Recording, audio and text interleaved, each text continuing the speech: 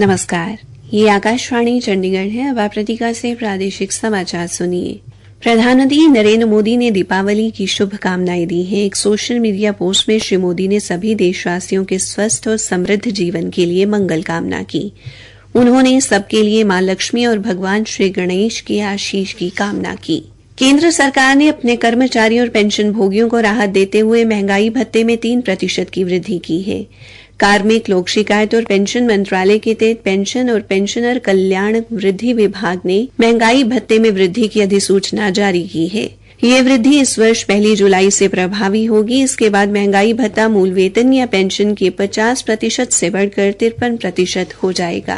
प्रधानमंत्री नरेंद्र मोदी ने एकता की भावना पर जोर देते हुए देशवासियों को राष्ट्रीय एकता को तोड़ने की कोशिश करने वाली विभाजनकारी ताकतों से सावधान रहने को कहा है। लौह पुरुष सरदार वल्लभ भाई पटेल की जयंती पर गुजरात के केवड़िया में राष्ट्रीय एकता दिवस समारोह को संबोधित करते हुए प्रधानमंत्री ने कहा कि अगले 25 वर्ष में विकसित भारत का लक्ष्य प्राप्त करने के लिए राष्ट्रीय एकता बेहद महत्वपूर्ण है। उन्होंने कहा कि पिछले 10 वर्ष में सरकार अपनी नीतियों और निर्णयों से एक राष्ट्र की भावना को निरंतर मजबूत कर रही है। राष्ट्रीय एकता के महत्व पर जोर देते हुए प्रधानमंत्री ने कहा कि देश के सामने अनेक चुनौतियां हैं जो राष्ट्र की एकता और सुरक्षा के लिए खतरा पैदा कर रही हैं।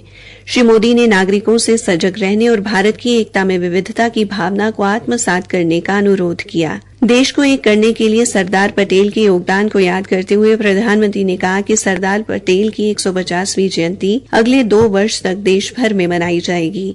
इससे पहले आज प्रधानमंत्री ने एकता नगर में स्टैच्यू ऑफ यूनिटी पर सरदार वल्लभ भाई पटेल को पुष्पांजलि अर्पित की। उन्होंने लोगों को एकता दिवस की शपथ दिलाई और एकता दिवस परेड का निरीक्षण किया। हरियाणा में भी आज सरदार वल्लभ भाई पटेल की जयंती पर रन फॉर यूनिटी का आयोजन किया गया। कुरुक्षेत्र के द्रोणाचार्य स्टेडियम में आयोजित राज्य स्तरीय कार्यक्रम में मुख्यमंत्री नायब सिंह ने मुख्य अतिथि के तौर पर शिरकत की।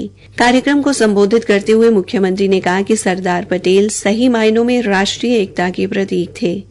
स्वतंत्र भारत को आजादी के बाद अखंड बनाने का श्रेय उन्हीं को जाता है। इस अवसर पर श्री नायब सिंह ने सभी को भारत की एकता और अखंडता को कायम रखने की शपथ दिलाई और साथ ही राष्ट्रीय और अंतर्राष्ट्रीय खेलों में भाग लेने वाले खिलाड़ियों को सम्मानित किया। इसके बाद मुख्यमंत्री ने रन फॉर यूनिटी को झंडी दिखाकर रवाना किया और स्वयं दौड़ लगाकर इस कार्यक्रम में हिस्सा लिया। कार्यक्रम में भारी जनसमूह के साथ साथ विद्यार्थियों, विभिन्न सामाजिक संगठनों के प्रतिनिधियों और गणमान्य व्यक्तियों ने हिस्सा लिया। वहीं फरीदाबाद में आयोजित जिला स्तरीय कार्यक्रम में केंद्रीय राज्य मंत्री कृष्णपाल गुर्जर, पंचकुला में राज्यसभा सांसद कार्तिकेय शर्मा, करनाल में विधानसभा अध्यक्ष हरविंदर कल्याण और जींद में विधानसभा उपाध्यक्ष डॉ कृष्ण मिड्ढा ने रन फॉर यूनिटी को झंडी दिखाकर रवाना किया। देश भर के बाजारों में दिवाली एवं उससे जुड़े त्योहारों पर अनुमानित लगभग 4 लाख करोड़ रुपए का व्यापार हुआ है।